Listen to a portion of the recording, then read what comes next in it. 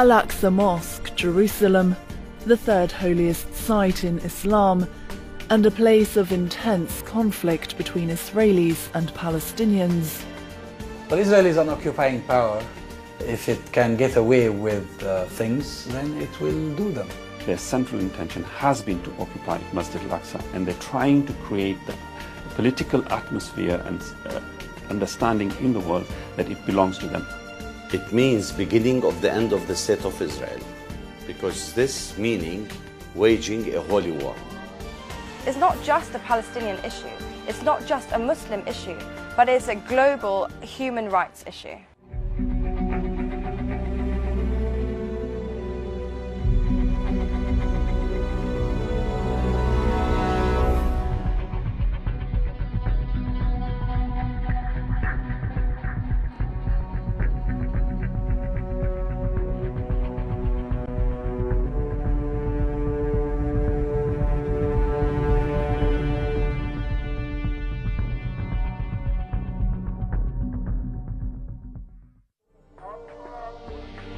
Jerusalem has long been a place of religious significance to all three monotheistic faiths. The city stands upon some of the most contested land in the world.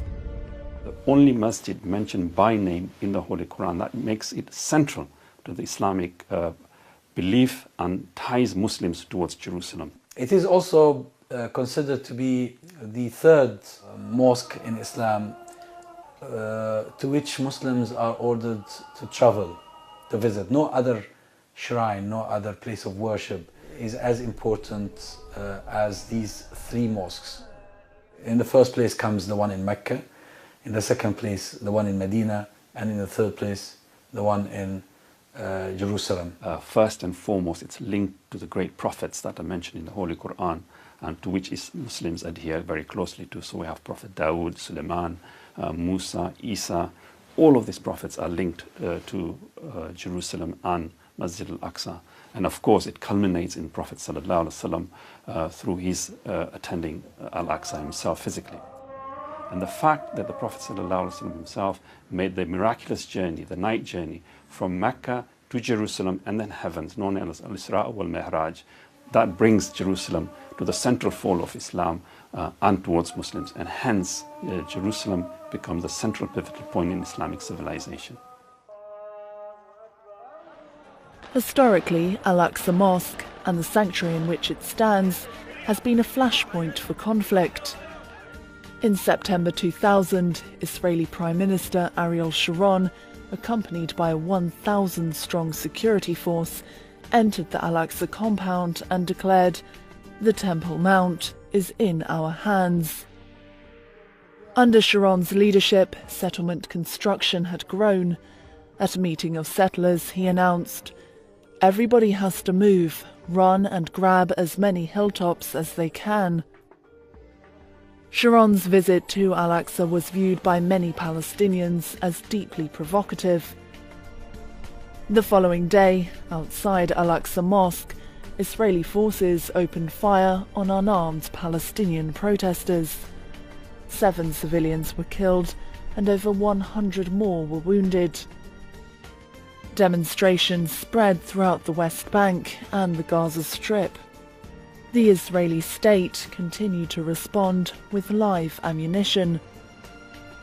After 4 years, over 2,800 Palestinians had been killed and tens of thousands injured. Israel had destroyed more than 3,700 homes and imprisoned more than 7,300 people. Al-Aqsa Mosque is currently under the guardianship of Jordan, but in recent months the Israeli parliament has debated a bill that proposes application of Israeli sovereignty over Al-Aqsa. Transference of custody from Jordan to Israel would be viewed by many as an attack on not just Palestinians, but upon Muslims worldwide. Jordan has been given the sponsorship of the Al-Aqsa Mosque because before 1967 and from 1950 till 67, the Jordanian Hashemite Kingdom of Jordan was basically in control of the West Bank and Gaza was in control by Egypt until the 6 Days War, when Israel occupied the territories. So the Muslim sites in Jerusalem has continued to be under the Awqaf system, the religious endowment system, which was controlled by the Jordanians. And even with the Israelis coming, in controlling the occupied territories, including East Jerusalem, which they declared unilaterally their eternal capital, Jordan kept the mandate, the sponsorship, the trusteeship of the Al-Haram Sharif and Al-Aqsa Mosque.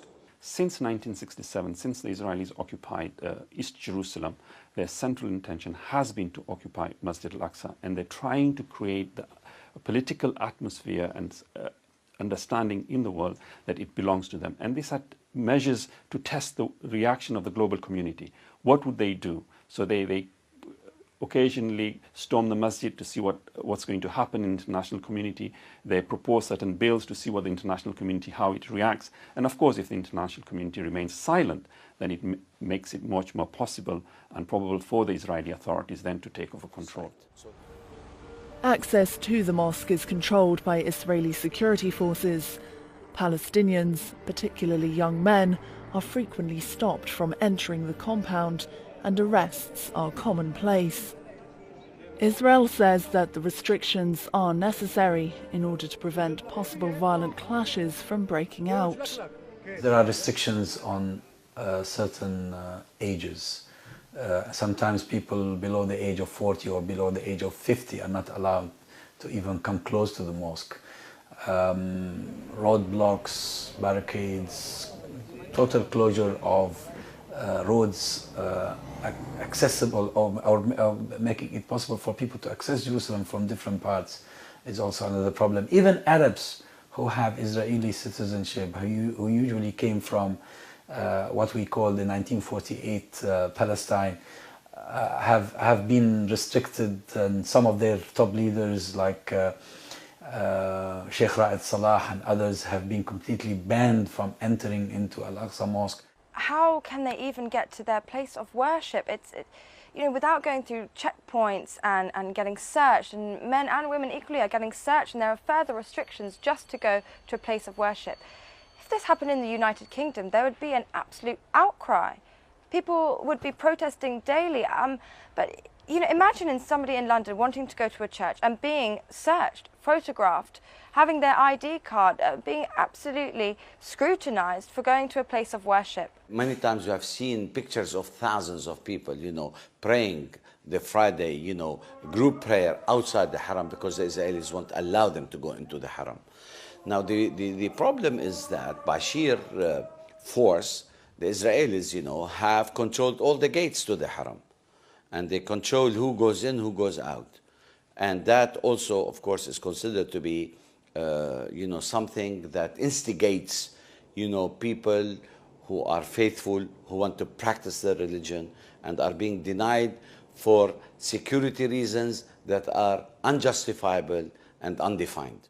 Israeli government and Israeli establishment has kept a blind eye whenever Jewish extremists tried to storm into the mosque and provoke Muslims and Arabs, etc. All sorts of restrictions have been placed as if to pave the way for a complete takeover of the mosque. The mosque has been the site of frequent raids during which the Israeli settlers are often accompanied by Israeli security forces and have repeatedly forced their way into the Al-Aqsa complex.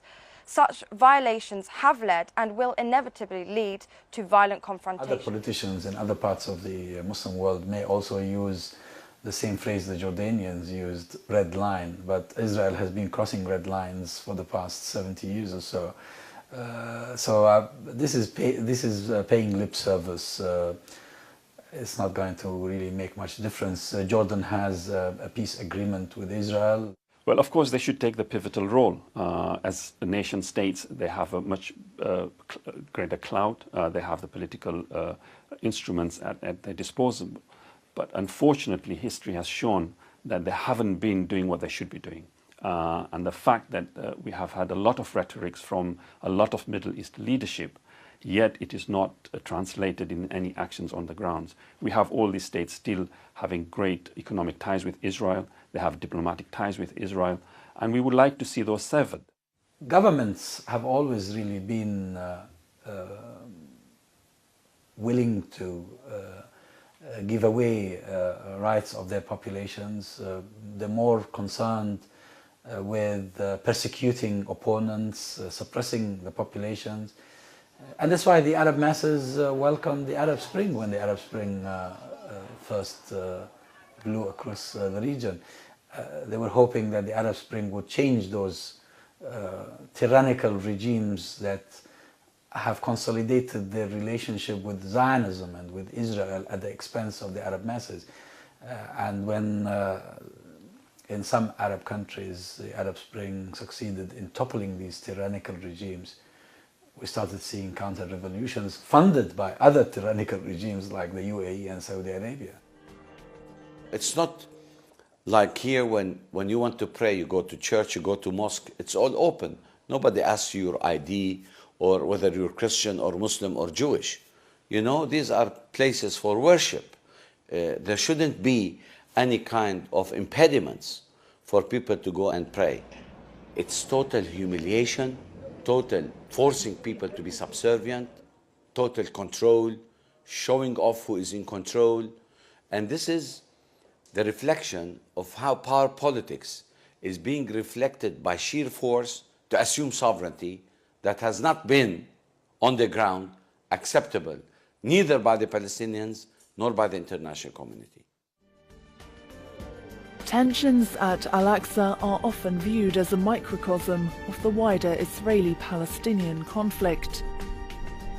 Across the West Bank, a system of illegal settlements, checkpoints and settler-only roads carve up Palestinian land. The separation wall has cut off whole villages and restricted the movement of residents. Israel has been, throughout since its occupation, has used a policy of trying to have minimum number of Palestinian and maximum amount of Palestinian land. And they're trying to use several means to deport the Palestinians or ethnically cleanse them. First and foremost is by house demolitions. So any Palestinians whose house has been built without a permit, the Israelis use that excuse to demolish their house, and once the house is demolished, the Palestinians become refugees. They have to move out of the region. Second is revocation of ID cards. So Palestinians have to carry identification cards of which area they're living in. So Palestinians living in East Jerusalem have a blue card. And if for some reason the Israeli authority feels that Palestinians cannot prove the center of their life as East Jerusalem, then the card is revoked. Many friends of mine for the last 13, 14 years could not cross from Bethlehem to go to Jerusalem and pray in Al-Aqsa Mosque. By the same token, many Christians who live in Beit Jala, Beit Lahem, Beit Sahur cannot go and pray in the Holy Sepulchre because they need special permits to enter Jerusalem. And this is what we consider apartheid. When you start, building walls, when you start building settlements, when you start, prohibiting people from moving, the sense of mobility is very important. When you see your land is totally dissected and separated by walls, by barricades, by cement and what have you, that in itself is a good reflection of what kind of an occupation this is all about. It's an apartheid occupation. In 1967, following the Six-Day War, Israel seized control of the entire West Bank, including East Jerusalem. In East Jerusalem, the Israeli government implemented a policy of what has been referred to as Judaization. Palestinian homes were demolished and whole neighborhoods evicted in order to make way for Israeli settlers. On the 30th of July 1980, the Israeli Knesset passed a law declaring Jerusalem in its entirety as the capital of Israel. The United Nations Security Council passed a resolution declaring the bill a violation of international law, but no concrete action was taken against the Israeli state. Each year on Jerusalem Day, Israelis commemorate the day in 1967 that Israeli forces took control of the old city. State ceremonies and parades celebrate what many Palestinians view as the illegal occupation of their capital city. Jerusalem is a red line. Without Jerusalem, you're talking about a body without a heart. This much I can tell you. So, Al-Aqsa remains at the heart of ongoing conflict in Palestine. Sovereignty of the mosque and of the city of Jerusalem will undoubtedly be a decisive feature of any prospective peace settlement. But opinion on how a lasting peace for Jerusalem and for Palestine could be reached remains divided. That negotiations is the ultimate way out. I believe peace should be strategy for both. And I believe in the final analysis, Israel would realize that the only legitimacy for its being in the Middle East is going to be through the Palestinians and through the recognition of Palestinians' right to statehood. Only people who have entered into partnership with the Israelis believe that armed struggle is futile. You tell me, where in history or in the world has a people been able to liberate themselves from foreign occupation without armed struggle? But armed struggle depends on capability, depends on resources. The old city of Jerusalem is at the center of the Palestinian and Muslim identity. The erosion of Muslim historic and religious rights to the area should be of concern to all who struggle for equality and human rights. The occupation of Palestine is now 66 years old. Under UN Resolution 194, Palestinian refugees have the right to return to their homes. But illegal Israeli settlement expansion continues and construction of the separation wall grows. Israel argues that such measures are necessary for security reasons, but the international community widely recognizes the discrimination and oppression of the Palestinian population as a form of collective punishment. One thing is for certain: the Palestinian people must have justice. Until their right to self-determination is recognized, there can be no peace in Jerusalem or the Middle East.